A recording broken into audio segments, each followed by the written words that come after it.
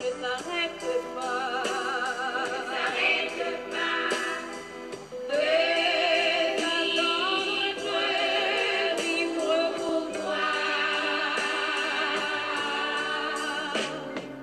Il n'est pas loin ce jour-là, bientôt dans ta gloire. Seigneur, tu apparaîtras pour nous guérir, victoire. Bientôt le bruit s'ouvrira, où l'on sera transformé. Tous ceux qui sont en toi seront ressuscités. Ensemble nous irons au ciel, nous régnerons. Jamais tu ne dirais Seigneur, si ce n'était pas la vérité. Jamais tu ne dirais Seigneur, si tu devais pas revenir.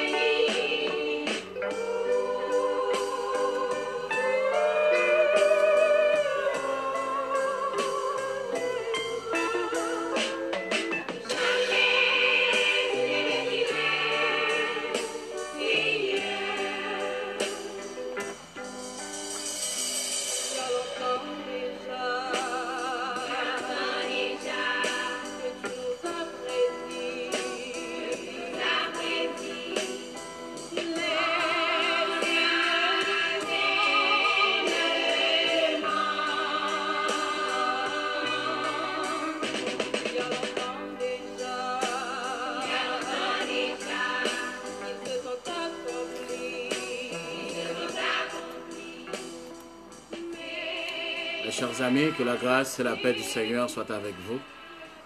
Nous remercions notre Dieu, notre Père céleste, pour sa bonté, sa fidélité, pour ses grâces multiples qu'il continue à nous combler. Et non seulement à nous combler, mais à combler tous ses enfants. Parce que notre Dieu, comme l'auteur et psalmiste dit dans le psaume 103, notre Dieu ne garde pas sa colère à toujours. Et c'est pour cela que même les méchants continuent à jouir de ces richissimes bénédictions. Par exemple, en ce qui a trait à l'air que nous respirons, au soleil qui nous réchauffe et à la lune qui nous éclaire de sa lumière, et également à cette terre sur laquelle nous nous promenons au jour le jour, et le souffle de vie, eh bien, qui est incomparable. Tout cela, nous le devons à notre Dieu, parce que notre Dieu, c'est lui qui est la source, eh bien, de la création, c'est lui qui a créé l'humanité et qui a créé l'être humain. Et c'est pour cela, mes chers amis, non seulement en tant que serviteurs et servantes du Seigneur, nous avons la responsabilité de lui dire merci pour sa bonté, sa miséricorde et sa fidélité, mais nous devons également lui remercier pour toutes ses grâces, parce que nous ne sommes plus, en fait, je parle pour ceux-là qui ont déjà fait la paix avec le Seigneur, nous ne sommes plus comptés, rangés au rang de ces créatures. Nous sommes beaucoup plus que des créatures de Dieu. Nous sommes au nombre de ses enfants. Donc c'est pour cela, bien-aimés, que nous tenons à toujours dire merci à notre Dieu, à l'adorer, à louer son Saint-Nom pour ses grâces excellentes qu'il continue à nous combler au jour le jour. Vous savez que en fait, nous sommes dans le cadre de notre émission. Quelle heure est-il à l'horloge de la parole du Seigneur? Quelle heure est-il à l'horloge de la parole de Dieu? Donc nous voyons que les événements se multiplient, eh bien, à travers le temps, à travers l'espace aussi, des bruits de guerre par-ci et partout, dans le Moyen-Orient, dans la Méditerranée, dans la mer Égée, etc.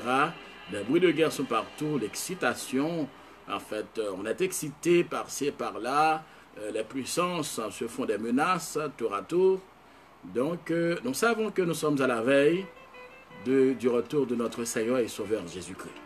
C'est pour cela que nous devons nous rappeler toujours les promesses du Seigneur pour calquer notre foi, pour en faire la base de notre foi, de notre persévérance et aussi de notre joie. Parce que ce que le Seigneur nous avait dit, il veut que notre joie soit parfaite. Donc, si ta joie est basée sur la parole de Dieu, elle est parfaite. Pourquoi? C'est parce que la parole de Dieu constitue une joie, la source d'une joie intarissable et d'une paix, oh oui, à en plus finir. Donc nous devons remercier notre Dieu. Donc avant de commencer, bien-aimés, je salue tous ceux-là qui sont déjà là avec nous. Ce Edge, je salue les autres, frère Jephté Aurélus, et les autres qui sont en fait avec nous ce soir pour passer ce petit temps devant la parole du Seigneur. Et n'oublie pas, bien-aimé, que la parole de Dieu nous dit: mieux vaut un jour dans ses parvis que mille ailleurs. Cela veut dire que chaque seconde que nous passons dans la présence de notre Seigneur Tout-Puissant, eh bien c'est la joie, c'est la grâce, parce que dans la présence du Seigneur, il n'y a pas de regret, encore moins de remords, c'est la joie et c'est la joie en abondance. Nous allons lire dans le psaume 53e. L'insensé dit en son cœur: il n'y a point de Dieu. Ils se sont corrompus, ils ont commis les iniquités abominables. Il n'en est aucun qui fasse le bien. Dieu du haut des cieux regarde les fils de l'homme pour voir s'il y a quelqu'un qui soit intelligent, qui cherche Dieu. Tous sont égarés, tous sont pervertis. Il n'en a aucun qui fasse le bien. Pas même un seul. Ceux qui commettent l'iniquité ont-ils perdu le sens? Ils dévorent mon peuple, ils le prennent pour nourriture. Ils n'invoquent point Dieu. Alors ils trembleront d'épouvante, sans qu'il y ait sujet d'épouvante. Dieu dispersera les eaux de ceux qui campent contre toi. Amen. Tu les confondras, car Dieu les a rejetés. Oh, qui fera partir de Sion la délivrance d'Israël. Quand Dieu ramènera les captifs de son peuple, Jacob sera de l'allégresse. Israël se réjouira.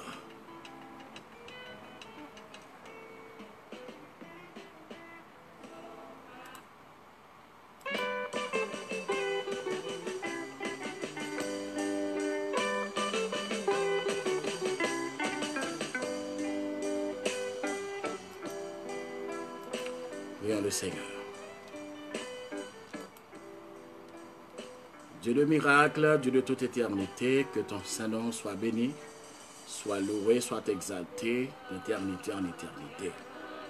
Nous te sommes infiniment reconnaissants, ô notre Dieu, pour ta bonté, ta fidélité. Merci Céleste Père pour l'étendue de ton amour et la profondeur inaccessible de ta miséricorde. Merci pour toutes les grâces excellentes dont nous sommes l'objet. Seigneur, non seulement nous respirons, nous avons le souffle de vie, mais ce qui est plus important, l'essentiel, c'est que nous avons la vie éternelle, le souffle de vie éternelle. Que ton nom soit béni, que ton nom soit loué, Seigneur. Ce soir, nous avons besoin encore de ta présence, ô Dieu, car ta présence est tout ce qu'il nous faut. Nous avons besoin de toi, ô Dieu, car nous sommes encore réunis pour étudier ta parole. Puisses-tu te manifester pour nous enseigner, Seigneur, car c'est toi qui possèdes la science. Oui, comme a dit le psalmiste David, il y a une science au-dessus de notre portée. Seigneur, puisses-tu te manifester. Viens bénir nos amis, Seigneur, qui sont toujours avec nous. Puisses-tu les visiter de façon spéciale. Oh Dieu, puisses-tu les assister. Ils ont besoin d'une augmentation de joie, d'une augmentation de paix, Seigneur. Car nous vivons dans un monde où, oh Dieu, le mal continue à gagner du terrain. La confusion s'étend davantage. Tes serviteurs ont besoin, oh Dieu, oh, que tu leur augmentes la paix et la joie. Donne-nous, Céleste Père, d'être continuellement remplis de l'esprit, de ton esprit, afin que nous puissions continuer à résister contre les attraits de ce monde, contre les attaques du monde des ténèbres, afin, Seigneur, de paraître debout, oh, lors du grand appel. C'est pour cela que ce soir, Seigneur, nous réclamons ta présence pour venir nous bénir, nous transformer, nous guérir, ô Dieu, trois fois saint. Car de ta présence, les maux disparaissent. Dans ta présence, la victoire. Dans ta présence, les problèmes sont résolus. Dans ta présence, ô Dieu, nous continuons à jouir de tes bienfaits. car tu es Dieu d'éternité en éternité. C'est pour cela, ô Dieu, que nous te supplions d'intervenir afin de prendre soin de tes enfants, Seigneur. Où qu'ils se trouvent, qu'ils nous écoutent en direct ou en différé, Seigneur. Puisses-tu les visiter, ô Dieu. Donne-nous cette grâce, cette force dont nous avons besoin, afin de dire à la manière de Paul, oui, nous combattons le bon combat. Oui, donne-nous cette grâce de continuer à mener le bon combat de la foi souverain des cieux. Donne-nous, Seigneur, cette paix dont chacun de nous a besoin, car de ta présence, c'est la paix, ô Dieu. Même si la terre s'écroule, même si le monde s'effondre autour de nous, Seigneur, nous savons qu'il n'y a rien qui puisse nous ébranler, parce que tu nous as déjà dit que votre cœur ne se trouble point. Croyez en Dieu et croyez en moi. Nous comptons sur ta toute puissance, ô Dieu. Au nom de Jésus-Christ, ton Fils, notre divin Rédempteur, nous te prions. Celui auquel soit la louange et la gloire, l'honneur, la magnificence, au siècle des siècles. Amen.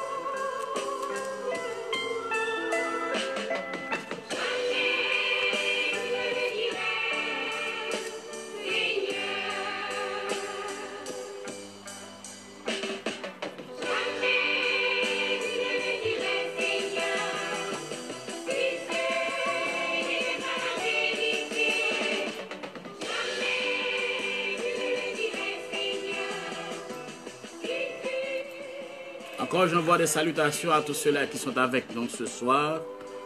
Sœur Léon Terny, sois bénie dans le nom de Jésus-Christ. Sœur Elnise Édouard, Marius, puisse le Seigneur t'accompagner.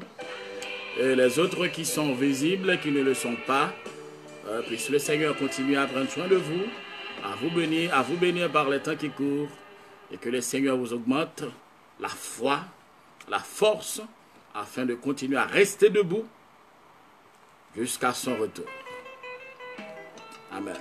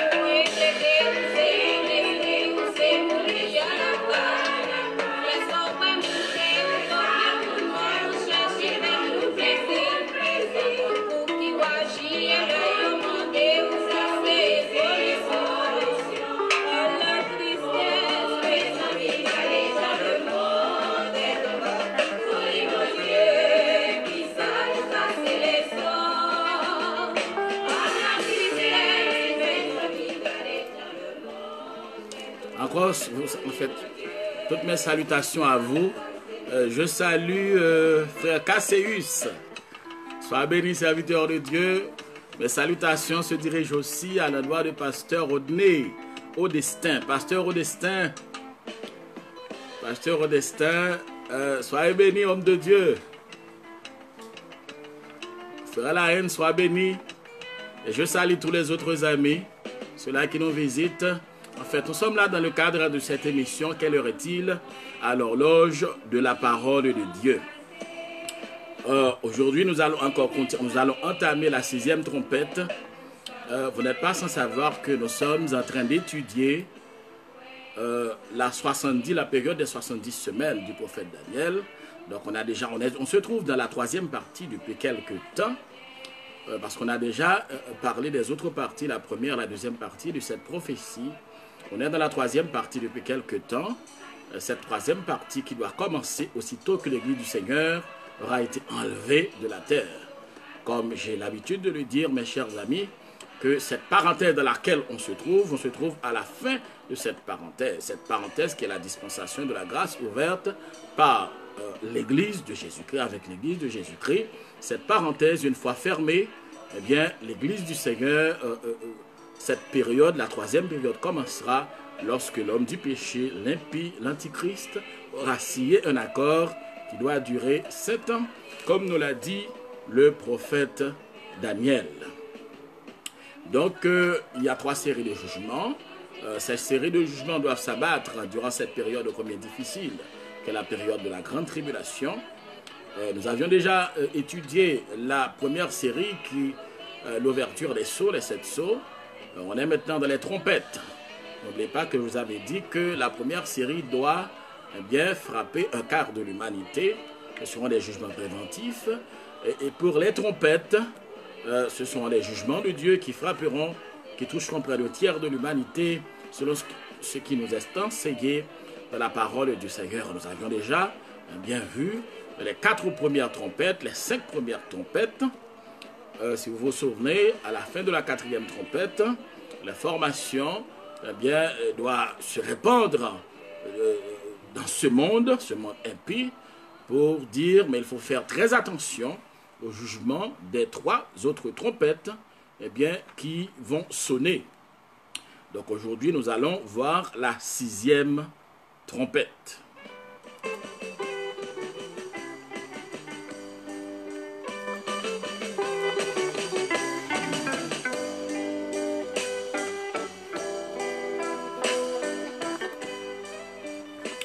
Apocalypse chapitre 9.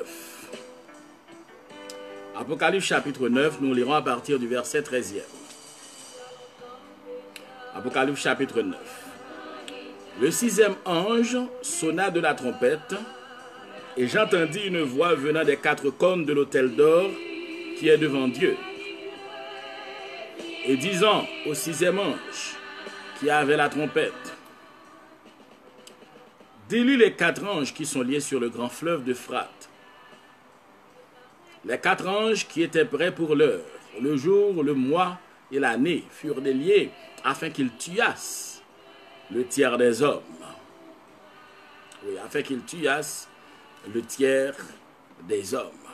Alors, mes chers amis, comme nous avions fait pour la 5e trompette, nous allons procéder avec la même méthode pour la 6e trompette. Nous allons la diviser en plusieurs parties. Alors, vous comprenez pourquoi, l'information a été donnée pour dire qu'il faut faire très attention aux 3 autres sons de trompette. Pourquoi? C'est parce que ces trompettes, annonceront des malheurs beaucoup plus terrifiants que les autres sons de trompette. Donc, on avait déjà vu ça à l'heure de la sonnerie de la 5e trompette. Il y a eu des malheurs vraiment effrayants. Et dans la 6e trompette également, il y aura des malheurs effrayants. Donc, nous allons voir ça également en plusieurs parties. Donc, je continue la lecture. Le nombre de cavaliers, des cavaliers de l'armée, était de 2 myriades de myriades. J'en entendis le nombre. Et ainsi je vis les chevaux dans la vision, et ceux qui les montaient, ayant des cuirasses couleur de feu, d'hyacinthe et de soufre. Les têtes des chevaux étaient comme les têtes de lions, et de leur bouche il sortait du feu, de la fumée et du soufre. Le tiers des hommes fut tué par ces 3 fléaux, par le feu, par la fumée et par le soufre, qui sortaient de leur bouche. Car le pouvoir des chevaux était dans leur bouche et dans leur queue. Leur queue était semblable à des serpents ayant des têtes, et c'est avec elles qu'ils faisaient du mal. Les autres hommes qui ne furent pas tués par ces fléaux ne se repentirent pas des œuvres de leurs mains, de manière à ne point adorer les démons et les idoles d'or, d'argent, d'airain, de pierre et de bois, qui ne peuvent ni voir, ni entendre, ni marcher. Et ils ne se repentirent pas de leurs meurtres, ni de leurs enchantements, ni de leur impudicité, ni de leur vol. Et comme je vous l'ai dit, bien aimés, nous allons entamer une première partie pour arriver jusqu'au verset 15e. Tout cela afin que vous puissiez bien saisir le sens de cette parole. Donc je dois vous dire, mes chers amis, encore que le livre de l'Apocalypse, que plusieurs personnes ont peur de lire, ou bien d'en entendre lire. Pourquoi? C'est parce qu'on dit que ce livre enferme des malheurs effrayants, des bêtes, etc. Mais il faut dire que le Seigneur, lui, qui a donné cette révélation, n'oublie pas que le livre de l'Apocalypse, c'est une révélation du Seigneur. C'est le souverain des cieux qui avait donné cette révélation à son serviteur, l'apôtre Jean, qui avait été banni sur l'île appelée Patmos à cause de la parole du Seigneur. À cause de la parole du Seigneur, il avait été banni sur cette île. C'est là que le Seigneur l'attendait pour lui donner cette merveilleuse vision qui doit clôturer ce merveilleux livre qu'est la Bible. La sonnerie de la 6e trompette. Là encore, mes chers amis, ce seront des jugements terrifiants qui frapperont l'humanité rebelle, oui, cette humanité rebelle qui se serait révoltée contre le Seigneur Tout-Puissant. Encore, je tiens à vous le rappeler, bien-aimés, que ceux-là qui sont présents, ne feront en fait. L'Église du Seigneur a été enlevée avant le déclenchement des hostilités. Pourquoi? C'est parce que l'Église du Seigneur, c'est l'épouse du Seigneur. Donc, aussi longtemps que l'épouse du Seigneur est encore sur cette terre, lorsque je parle de l'épouse du Seigneur, je parle de l'Église du Seigneur. Cette Église qui est formée des serviteurs et des servantes du Seigneur. Je le répète, cette Église est formée des serviteurs.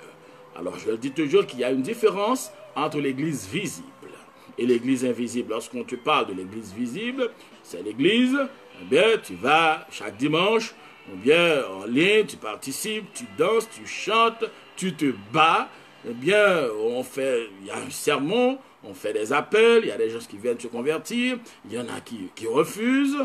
Donc cette église qui est formée des gens qui acceptent, qui vivent pour le Seigneur, et des gens aussi qui refusent de vivre pour le Seigneur.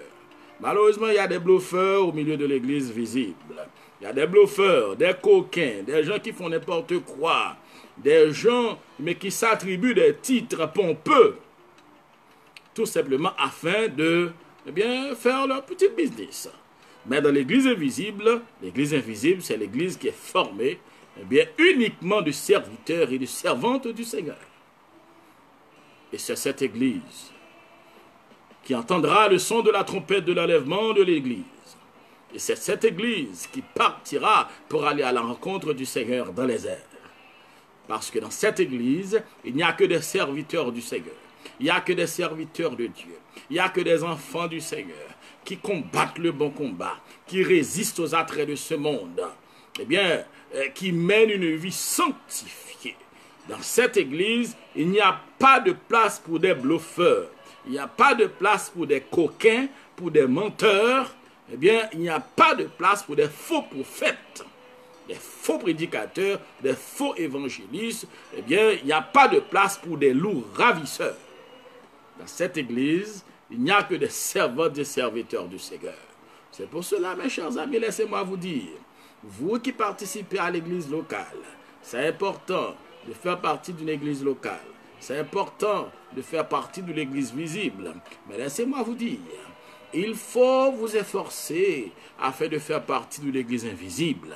De faire partie de l'église invisible lorsque tu es sincèrement un serviteur de Dieu. Lorsque tu vis pour le Seigneur.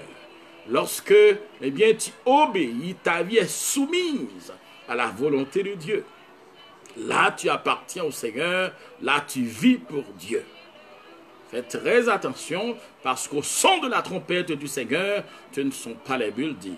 Tu ne sont pas les... Non, au son de la trompette de Dieu, ce ne seront que les serviteurs du Seigneur qui monteront, oui, qui monteront à sa rencontre dans les airs et qui seront avec le Seigneur désormais seront avec le Seigneur pour toujours. Et ce sont ces serviteurs-là, eh bien, qui reviendront avec le Seigneur à la fin de la période de la grande tribulation. Oui, ce sont ces serviteurs qui reviendront avec le Seigneur pour établir le règne millénaire. Donc, bien-aimés, ces jugements tomberont sur la terre, tomberont sur le monde rebelle, le monde impie, cette humanité qui refuse d'obéir à Dieu.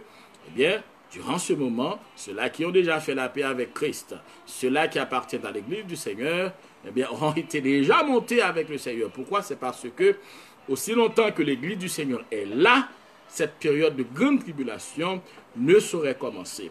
C'est vrai, tu peux entendre parler de guerre, des bruits de guerre. D'ailleurs, le Seigneur nous en a avertis à maintes reprises. Tu peux entendre parler des guerres, des bruits de guerre, des menaces nucléaires, des attaques, des dirigeants qui se fourvoient, des menaces, des tempêtes. Eh bien, tu entends des catastrophes naturelles. Mais ce n'est pas encore le début des douleurs, aussi longtemps que l'Église du Seigneur est encore sur cette terre. Mais aussitôt que l'Église, pourquoi? C'est parce que ces éléments, ces catastrophes naturelles, ces confusions, ces menaces de guerre ne sont rien d'autre que des signes avant-coureurs qui nous avertissent que le retentissement du son de la trompette de l'enlèvement de l'Église du Seigneur est proche. Et aussitôt que cette Église est partie, là, c'est le déclenchement des hostilités et le jugement de Dieu s'abattra, la colère de l'agneau se déversera sur cette humanité impie.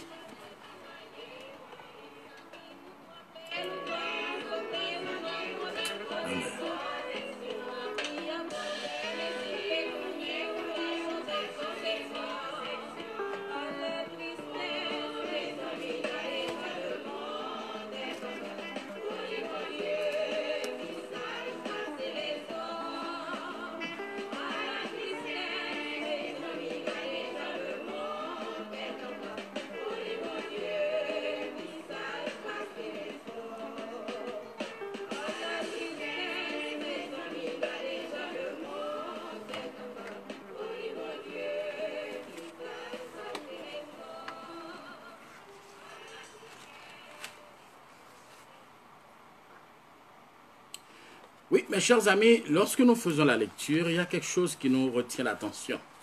C'est lorsque l'apôtre nous dit que lorsque le sixième ange sonna de la trompette, j'entendis une voix venant des quatre cônes de l'autel d'or qui est devant Dieu. Les quatre cônes de l'autel d'or qui est devant Dieu. Si tu avais suivi avec nous la série des sceaux, la première série de jugement, l'ouverture des sceaux, tu peux voir lorsqu'on était en train d'étudier, eh bien, lors de l'ouverture du cinquième sceau, les âmes de ceux-là qui avaient été, qui seront décapités à cause de leur témoignage. Eh bien, pour le Seigneur, à cause de leur témoignage, ils seront décapités, ces gens-là seront mis à mort. Eh bien, tu comprendras ce qu'on entend par l'autel d'or et aussi l'autel des sacrifices, parce qu'on avait donné eh bien, beaucoup d'informations, des informations qui se trouvent dans les Saintes Écritures, bien entendu, sur la description. Pourquoi? C'est parce que ça fait partie du temple d'Israël. Donc, il y avait dans le lieu saint un autel d'or. Également, il y avait dehors un autel de sacrifice. L'autel de sacrifice et l'autel d'or. Mais ici, là, on nous parle d'une voix qui vient des quatre cônes de l'autel d'or. Ça a une très grande signification, mes chers amis, les quatre cônes de l'autel d'or. Donc, on nous dit que les cônes de l'autel d'or, Eh bien, ça, c'est pas la première fois qu'on a parlé de l'autel d'or. Pourquoi? C'est parce que, comme je viens de vous le dire, dans l'Apocalypse chapitre 6, durant l'ouverture du 5e sceau, la voix de ceux-là qui avaient crié vengeance, qui avaient demandé à Dieu, jusqu'à quand tarderas-tu à tirer vengeance de notre sang sur les habitants de la terre? Eh bien, ces âmes avaient fait élever leur cri, eh bien, de l'autel d'or. De l'autel d'or, eh bien, c'est de l'autel d'or qui, en fait, on dit que cet autel est comme un autel particulier. Pourquoi? C'est parce qu'il est alimenté par le feu qu'on aura pris de l'autel des sacrifices. Si l'on prend exemple de Chroniques, chapitre 7, le verset 1er. Donc, dans les temps anciens, bien aimés, les cornes de cet autel, on appelle l'autel d'or, donc, eh bien, ne servaient pas de décoration. Lorsqu'on parle des 4 cornes de l'autel d'or, ça n'avait rien à voir avec la décoration. Mais ces cornes représentaient la miséricorde de Dieu et aussi un refuge pour quiconque avait particulièrement ou bien involontairement péché contre la volonté du Seigneur. Si nous lisons dans 1 Roi, chapitre 1er, le verset 50, et 2 Rois, en fait 1 Roi, chapitre 2, le verset 28. Donc on dit que c'était comme des villes de refuge qui avaient été établies autrefois en Israël. Si nous lisons dans Nombres 35, du verset 15 au verset 32. Si quelqu'un, à cette époque, si quelqu'un avait commis un crime avec méchanceté, et même s'il se réfugiait pour tenir les cornes de l'autel, on l'arrachait de là pour le juger. Donc on dit aussi, bien aimé, que à l'occasion de la fête de Yom Kippour, le souverain sacrificateur avait l'habitude d'appliquer le sang des sacrifices sur ces cornes de l'autel d'or. Pourquoi? C'est dans le but d'obtenir miséricorde et pardon pour le pécheur. D'après Exode chapitre 29, le verset 12, et Lévitique chapitre 16, le verset 18. Donc nous comprenons que les cornes de l'autel d'or représentaient la partie la plus sacrée de l'autel. Donc, si ces cornes venaient à être brisées, c'était comme si on avait détruit cet autel. Lévitique chapitre 16, le verset 18. Nous lisons aussi dans Amos chapitre 3, le verset 14. Donc, on comprend que les cornes de l'autel, eh bien, c'était symbole de miséricorde et de pardon de Dieu. Mais ici, lorsque la voix retentit de cet autel, eh bien, ce sera tout le contraire. Donc, si les cornes dans l'Ancien Testament, eh bien, symbolisaient jugement, les 4 cornes symbolisaient surtout la miséricorde de Dieu, symbolisaient le pardon, eh bien, durant cette période de la grande tribulation, cette voix qui vient des 4 cornes, eh bien, signifie vengeance, signifie jugement. Et n'oublie pas que c'est de cet autel que l'apôtre Jean avait vu les âmes. Les âmes de ceux-là qui avaient été décapités à cause de leur témoignage criaient à Dieu pour lui demander vengeance. Et la réponse qui leur a été administrée, c'était, eh bien, patientez un instant jusqu'à ce que fût complet le nombre de vos compagnons. Et dans l'intervalle, on leur a donné une robe blanche. Cela veut dire qu'ils devaient attendre un instant parce que, eh bien, il va y avoir un tournant décisif et c'était lors de l'ouverture du 5e sceau. Alors que aussitôt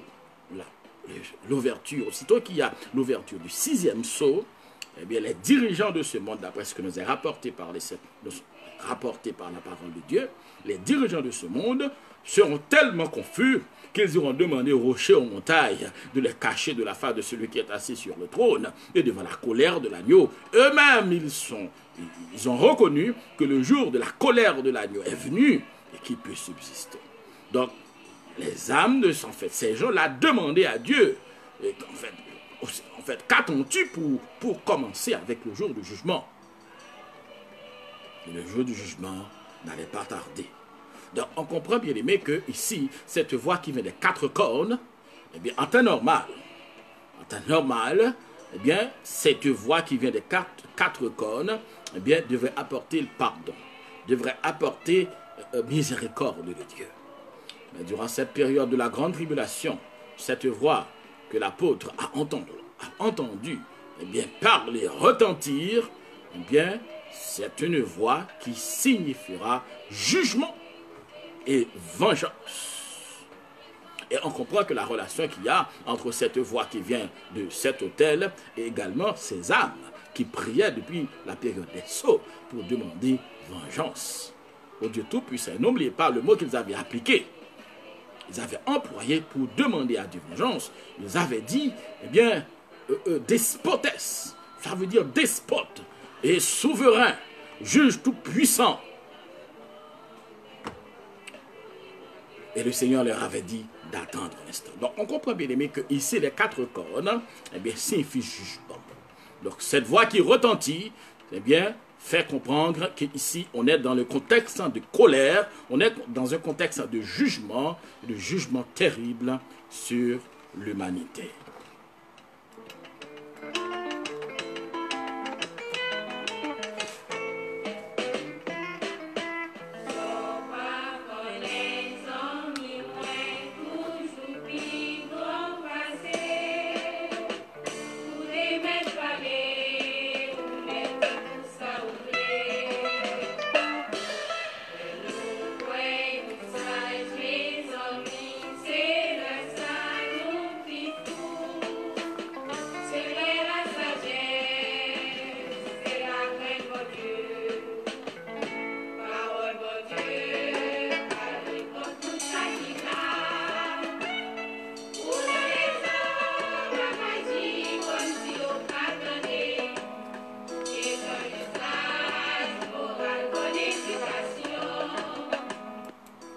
La voix a dit, la voix du sixième ange qui a sonné la trompette, la voix lui a donné cet ordre. Donc on comprend que cette voix, en fait, comme nous venons de le dire, eh bien, qui vient des quatre cônes de l'autel d'or, eh bien, signifie vengeance, jugement en temps normal. Et bien, lorsque je dis en temps normal, cela veut dire que dans un temps qui n'est pas durant la grande tribulation, eh bien, cette voix, les quatre cônes, eh bien, ces quatre cônes de l'autel d'or, eh bien, symbolisent la miséricorde et le pardon de Dieu. Lorsque le souverain sacrificateur, eh bien, avait l'habitude de répandre du sang sur les quatre cônes, c'était pour demander la miséricorde, pour demander le pardon. Parce que ces quatre cônes n'étaient pas là pour décorer l'autel d'or. Donc on comprend que ici, on n'est pas dans un contexte de pardon ni de miséricorde, on est dans un contexte de jugement.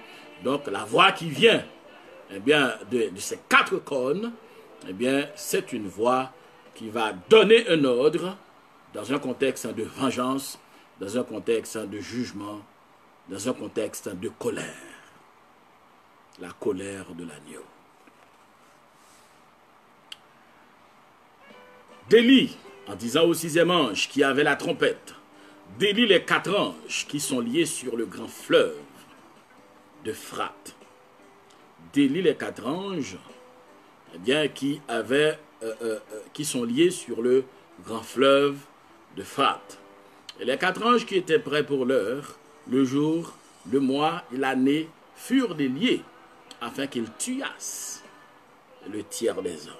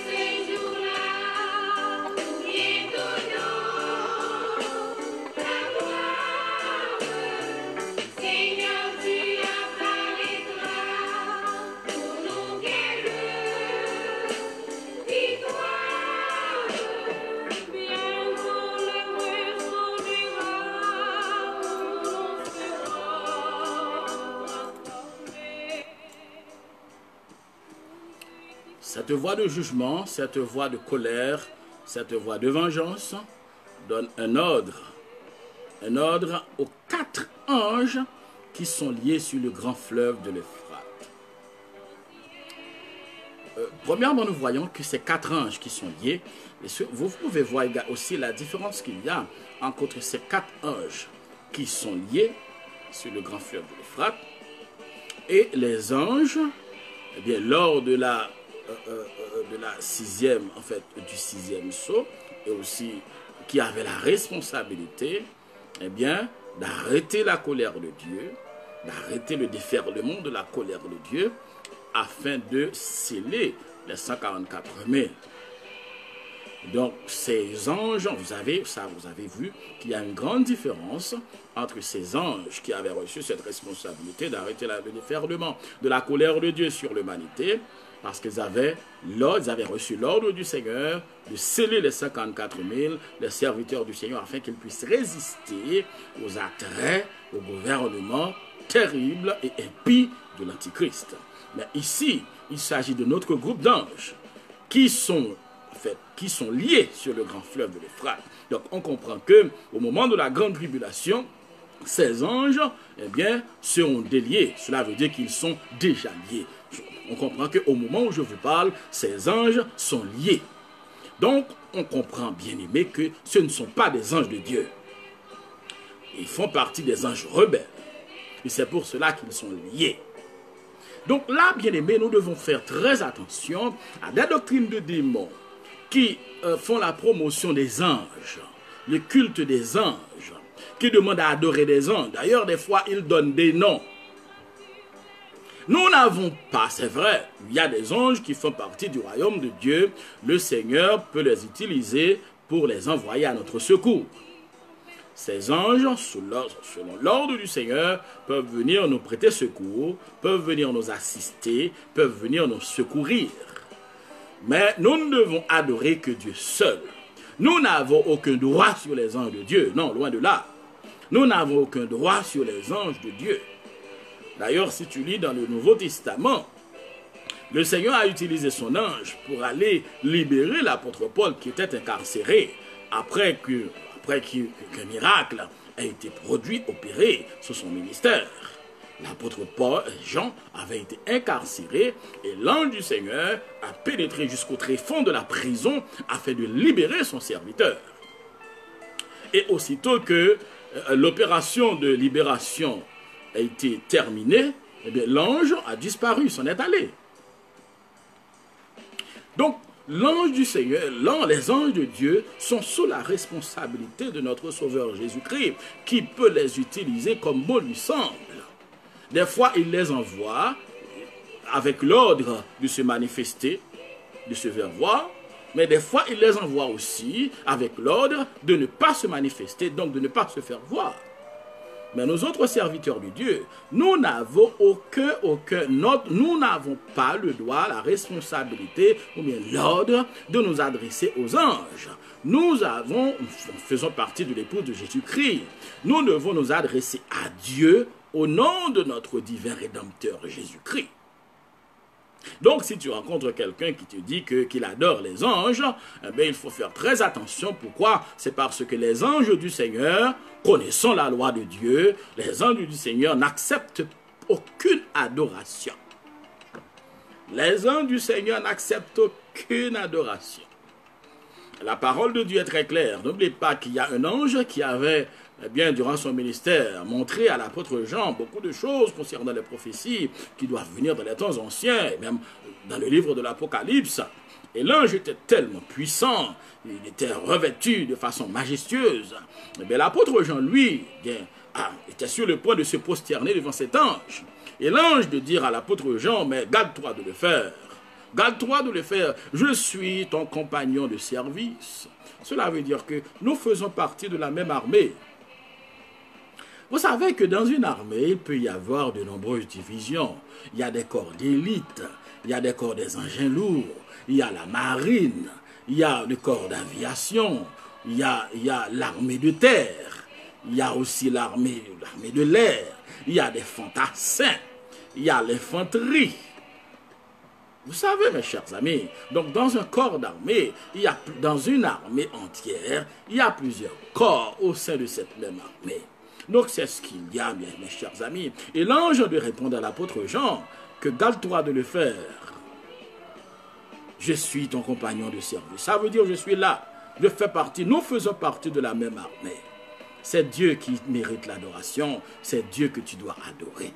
Donc, on comprend, mes chers amis, si tu rencontres un ange, quelle que soit la personne, si tu vois, toi qui n'as pas encore reçu le Seigneur Jésus-Christ dans ta vie, si un ange ou bien un esprit quelconque, n'importe quoi, n'importe qui, se présente à toi et te demande l'adoration,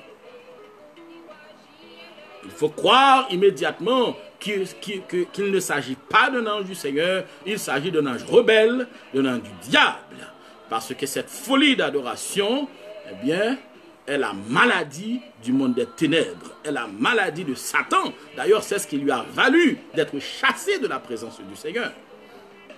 C'est parce que, eh bien, il voulait recevoir l'adoration aussi, il voulait être adoré aussi, eh bien, lorsqu'il a été jugé et on lui a donné du temps pour se repentir, Satan a refusé de se repentir, donc il a été chassé de la présence du Seigneur. Parce que son rôle était très haut, hein? Son rôle était très haut. Son rôle était très haut. Satan était même comme un type de sacrificateur, parce qu'il était responsable. D'ailleurs, la Bible nous décrit le vêtement qu'il portait. C'était un vêtement sacerdotal que Satan portait. Un vêtement sacerdotal.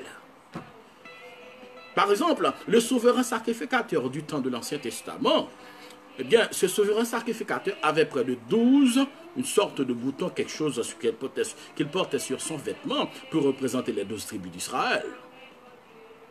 Satan, lui, portait aussi un vêtement sacerdotal. Pas avec 12, mais avec 9 boutons. Donc, on comprend qu'il occupait un rôle très élevé. Donc il portait envie au Seigneur, il voulait aussi être adoré, il oubliait qu'il est une créature à qui le Seigneur a fait grâce. Eh bien, c'est ce que... Donc cela veut dire que c'est une maladie commune aux anges rebelles. C'est un cancer spirituel commun aux anges rebelles ils veulent toujours être adorés, être loués. Eh bien, ça c'est une maladie. Mais les vrais anges du Seigneur, les anges, qui sont restés fidèles à notre Dieu Tout-Puissant, eux, ils n'acceptent pas d'être adorés. D'ailleurs, ils savent qu'ils ne sont que des créatures au service du Seigneur Tout-Puissant. Il n'y a que Dieu à qui l'adoration est due. Il n'y a que le souverain des cieux qui mérite l'adoration. Oui, qui mérite l'adoration, louange et exaltation. Donc, vous voyez, bien aimé, que ces 4 anges qui sont liés, il y a une autre question qui est importante dans cette partie. C'est que non seulement ces anges sont liés, cela veut dire qu'ils sont liés depuis la nuit des temps. Mais ils ne sont pas liés sur la Méditerranée. Ils ne sont pas liés sur l'océan Atlantique. Ils ne sont pas liés sur l'océan Pacifique. En fait, Dieu aurait pu les lier sur la mer Égée, par exemple. Dieu aurait pu dire, bon, écoutez, bon, il faut lier ces anges sur, je dirais, la mer Indienne, l'océan Indien, etc. Mais non. Pourquoi est-ce que c'est sur le fleuve de Frate que ces anges rebelles sont liés depuis la nuit des temps? Et ce sont ces anges qui vont être libérés, eh bien, afin de servir à la colère du souverain des cieux.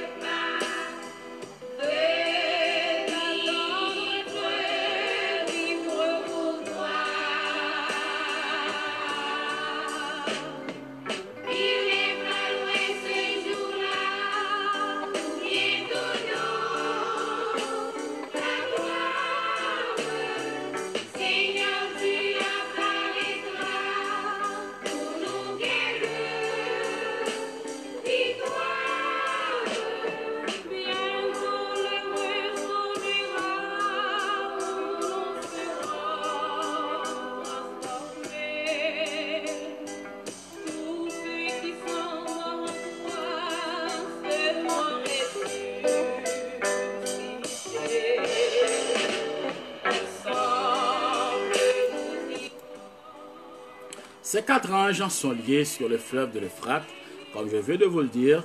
Pourquoi c'est sur le fleuve de l'Euphrate? Cela revêt pour nous d'une importance capitale. Bien-aimés, vous devez savoir que la Bible nous dit que toute écriture est inspirée de Dieu et utile pour enseigner. C'est une responsabilité de creuser la parole du Seigneur. Pourquoi? C'est parce que c'est sur sa parole que doit être fondée notre foi. N'oubliez pas que ce n'est pas sans raison que l'auteur de l'épître aux Hébreux a déclaré « La foi vient de ce qu'on entend, et ce qu'on entend vient de la parole de Dieu. » Donc il faut la parole de Dieu. D'ailleurs, lorsque ta foi est fondée sur la parole de Dieu, eh bien, elle ne saurait être branlante. Et quelle que soit l'intensité de la tempête, quelle que soit la force de l'ouragan, il ne saurait secouer ta foi, il ne saurait la faire chanceler. Pourquoi? C'est parce qu'elle est bâtie sur la parole de Dieu, qu'elle est le roc solide. Pourquoi c'est sur le fleuve de l'Euphrate? Ça veut dire beaucoup de choses, mes chers amis. Tout d'abord, vous devez savoir que le fleuve de l'Euphrate était l'un des 4 fleuves qui coulaient dans le jardin d'Éden et qui constituait aussi la limite du pays donné à Abraham et à ses descendants. Genèse chapitre 2, le verset 8, du verset 8 au verset 14. On peut lire tout ça également, mes chers amis, dans Josué chapitre 1, le verset 4, et aussi dans Deutéronome chapitre 11, le verset 24. Donc, d'abord, nous voyons que parmi les 4 fleuves qui coulaient et qui arrosaient le jardin d'Éden, l'Euphrate faisait partie. Et on a des difficultés sur le plan archéologique à retrouver la trace de des autres fleuves. Mais l'Euphrate demeure toujours. Donc, on comprend que l'Euphrate a un rôle à jouer dans les derniers temps. L'Euphrate était présent même durant la période de l'innocence, la dispensation de l'innocence.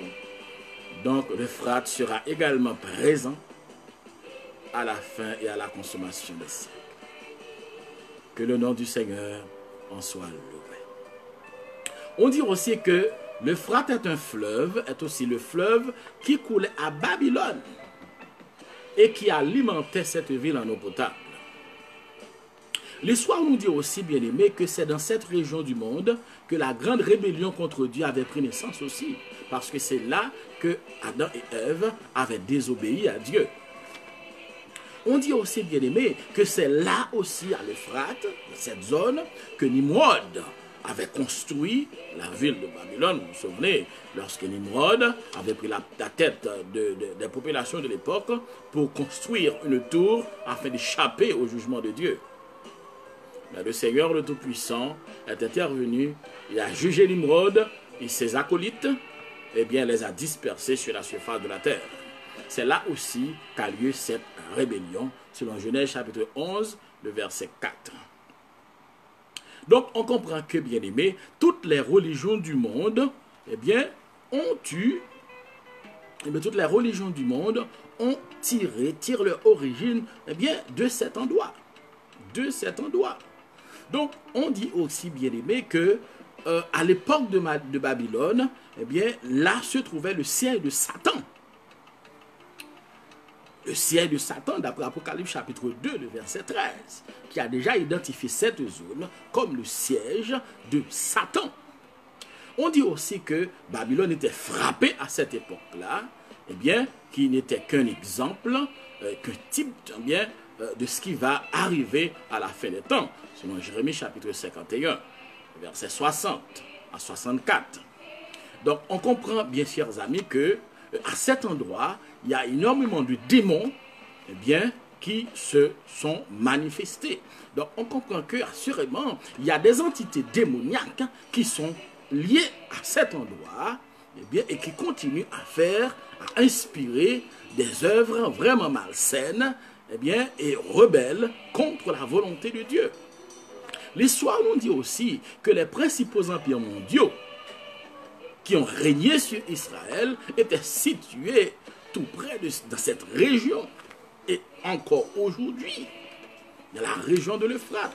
si tu prends l'Égypte, si tu prends Babylone, si tu prends Médo-Perse, la Grèce, Rome, eh bien, tous ces empires mondiaux qui ont dominé Israël, donc, eh bien, on s'était établi dans cette région. Donc, on comprend que cette région, assurément, est le siège d'une concentration énorme de démons, d'autorité et de domination diabolique.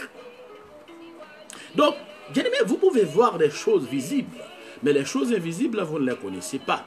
Mais assurément, le Seigneur, notre Dieu, lui, il voit, il connaît les invisibles. Donc cette région du monde, eh bien, représente depuis la nuit des temps une concentration d'autorité démoniaque, de puissance démoniaque et de domination diabolique. Il en est de la même façon que le Seigneur, lui, il y a un endroit dans le ciel qui révèle sa présence. Mais les démons aussi, les autorités démoniaques, eh bien, ces autorités démoniaques ne sont pas omniprésentes, n'oubliez jamais ça. Ces autorités ne sont pas omniprésentes, elles ne sont pas omniscientes, elles ne sont pas omnipotentes. Donc, cet endroit, en fait, le Seigneur décidera, eh bien, durant cette époque de grande tribulation, de délier ces anges maléfiques. Cet endroit, au moment où je vous parle, reçoit eh bien, une concentration, le siège sur le plan spirituel d'une concentration de démons et de domination diabolique. Et on comprend pourquoi, eh bien, presque tous les empires mondiaux, eh bien, ont eu leur siège dans cet endroit. Tous les grands empires mondiaux qui ont surtout dominé sur Israël.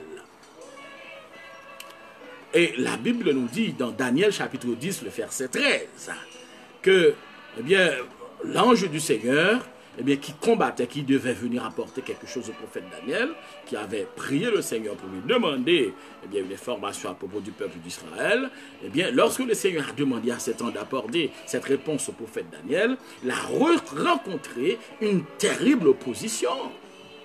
Le chef du royaume de Perse, qui contrôlait cette région à l'époque du prophète Daniel. Donc, il en va de même pour aujourd'hui, mes chers amis. Assurément, ces autorités démoniaques, eh bien, reçoivent leur influence. Lorsqu'ils sont liés, ça veut dire que leur autorité est amoindrie. Leur autorité, eh bien, est comme le Seigneur réduit considérablement leur autorité. Donc, on peut comprendre, mes chers amis, si ces démons aient pu inspirer des empires mondiaux terrifiants qui ont fait dominer sur Israël et qui ont combattu même les anges de Dieu. Donc, on se demande comment sera la situation lorsque ces démons, ces autorités démoniaques seront libérés. L'apôtre Paul nous l'a dit dans son épître aux Éphésiens au chapitre 6, car nous n'avons pas à lutter contre la chair et le sang, c'est contre les dominations, contre les autorités, contre les princes de ce monde de ténèbres, et contre les esprits méchants dans les lieux célestes. Donc, c'est pas étonnant que de comprendre qu'à cet endroit constitue un endroit stratégique où ces démons sont, eh bien, je dirais, confinés, sont liés, eh bien, en attendant le jugement du souverain des cieux. Et c'est eux aussi, mes chers amis, c'était de leur nombre, c'est en fait ces démons qui avaient provoqué eh bien, cette race de démons, cette race de géants, qui s'était venue s'accoupler avec des êtres humains et qui avait donné naissance à cette race de géants, eh bien, qui allait précipiter eh bien, le jugement du déluge. Donc, on comprend que pourquoi l'apôtre a dit que ces anges qui sont liés sur eh bien, le fleuve, le grand fleuve de l'Euphrate. Mais ce qui est intéressant, c'est que durant l'époque du jugement de Dieu, ces anges seront déliés. Ces anges seront déliés. Ces démons seront déliés. Ces autorités, ces dominations, ce ne sont pas des simples anges, mais ces dominations seront déliées. Cela veut dire qu'ils auront la possibilité d'étendre leur influence comme jamais auparavant. D'ailleurs, c'est ce qu'ils révèlent. Parce que ce sera un temps de colère. Ce sera un temps de jugement. Et ce sera difficile. Ce sera terrible. Et l'apôtre a pris soin de dire, et les 4 anges qui étaient prêts pour l'heure, le jour, le mois et l'année furent déliés afin qu'ils tuassent le tiers des hommes. Donc, aussitôt que ces démons puissants sont libérés, eh bien, ils provoqueront une tuerie de masse qui atteindront un tiers de l'humanité. Ce sera terrible.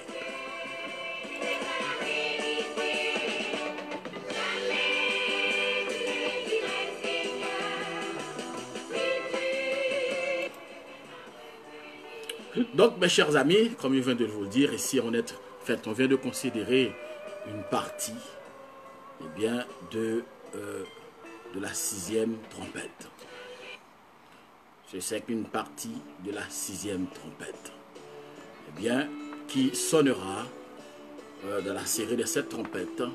Et comme l'ange l'avait dit à Daniel, à l'apôtre Jean, ce sera très difficile. Et l'ange avait même dit, malheur, malheur, car ces jugements seront terrifiants.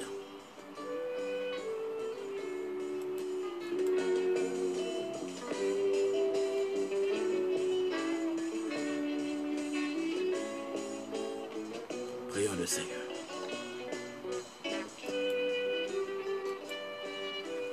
Dieu de merveille, Dieu Tout-Puissant, que ton Saint-Nom soit adoré, soit loué.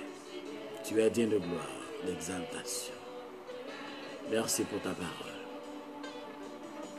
Seigneur, tout ce que nous te demandons, c'est de permettre que ta parole puisse produire des fruits dans notre vie, des fruits de repentance, de grâce, de puissance, de fermeté, d'onction, de foi, Seigneur.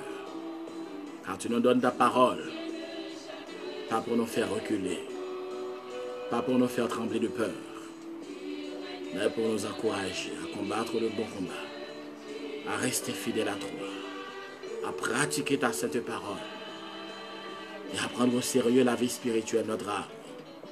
Car ce n'est pas un jeu d'enfant, mon Dieu, 3 fois saint. Nous te remercions encore pour ce soir. Merci de nous avoir accompagnés, de nous avoir aidés, de nous avoir bénis. Merci pour tes enfants, oh Dieu, qui avaient participé avec nous. Nous te supplions, oh Dieu, d'ouvrir leur intelligence comme tu l'avais fait pour ton serviteur, ton bien-aimé, le prophète Daniel.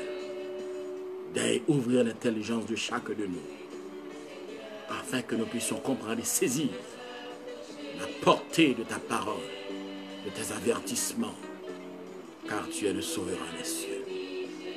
Donne-nous, oh Dieu, de tirer le son de ces paroles, d'affermir notre foi. Oh Dieu, de prendre garde à la façon dont nous marchons, à la façon dont nous te servons, Seigneur. De prendre garde à la façon dont nous pratiquons notre vie chrétienne. Nous te supplions, oh Dieu, de nous aider, Sauveur des cieux, à faire nôtre ta parole et de pouvoir dire à la manière du psalmiste, je sers ta parole dans mon cœur afin de ne pas pécher contre toi. Viens bénir cette soirée, viens bénir cette nuit. Mon Dieu, donne-nous la grâce de te rencontrer, de te parler.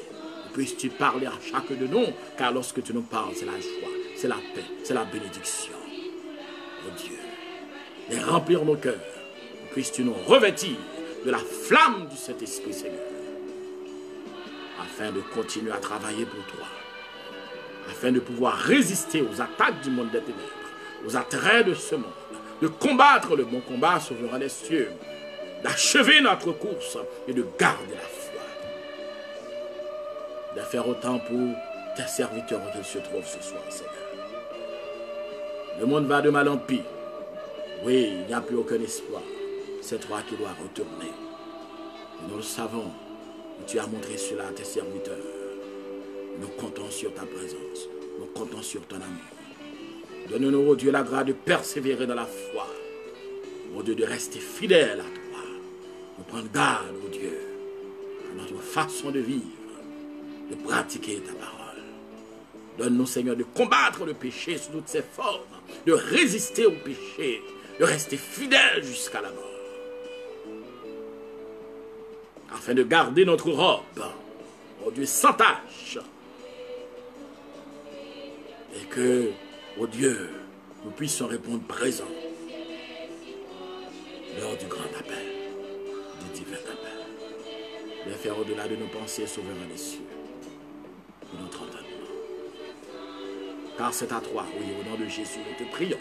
Car c'est à toi que reviennent l'honneur, l'autorité, la victoire, la sanctification, la sainteté, la justice. Au nom de Jésus-Christ, nous te prions. Amen.